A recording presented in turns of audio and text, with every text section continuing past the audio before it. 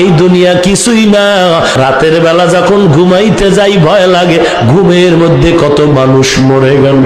আমিও যদি মরিয়া যাই, আমার ছেলে মেয়েরা বেলেট দিয়া জামা কাপড়গুলো কাইটা কাইটা রাখবে, আর বলবে, আমার বিবি বলবে, লাশটা বাইরে নামাইয়ারা, ঘরে আর পাহারা দেওয়া যাবে না।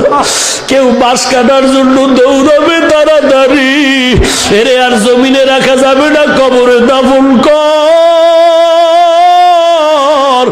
বাঁশ বাগানে মাটি খনন কর, কলা পাতা দেরি কর, গরম পানির গোসলের ব্যবস্থা কর। এরে নবীর উম্মতের যুবক, কত তোমার মতো যুবক কলেজের ছেলেরা এসে হাত ধইরা কান্না করে দোয়া চায়, কয় হুজুর মাথায় হাতটা দিয়া দোয়া করে দেন। আমি বললাম, রে বাবা তুই কই পড়ো? বলে কলেজে পড়ি।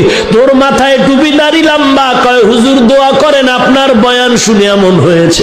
আমি বললাম, কলেজের শিক্ষকেরা কি তোরে গালি দেয় না? যুবক কান্না করে বলে, হুজুর আল্লাহর শুকর, এই টুপি দাড়ির কারণে সব কলেজের শিক্ষকেরা আমারে বড় মহব্বত করে, এমনকি আমার সে ছাত্র ভাইরাও মহব্বত করে।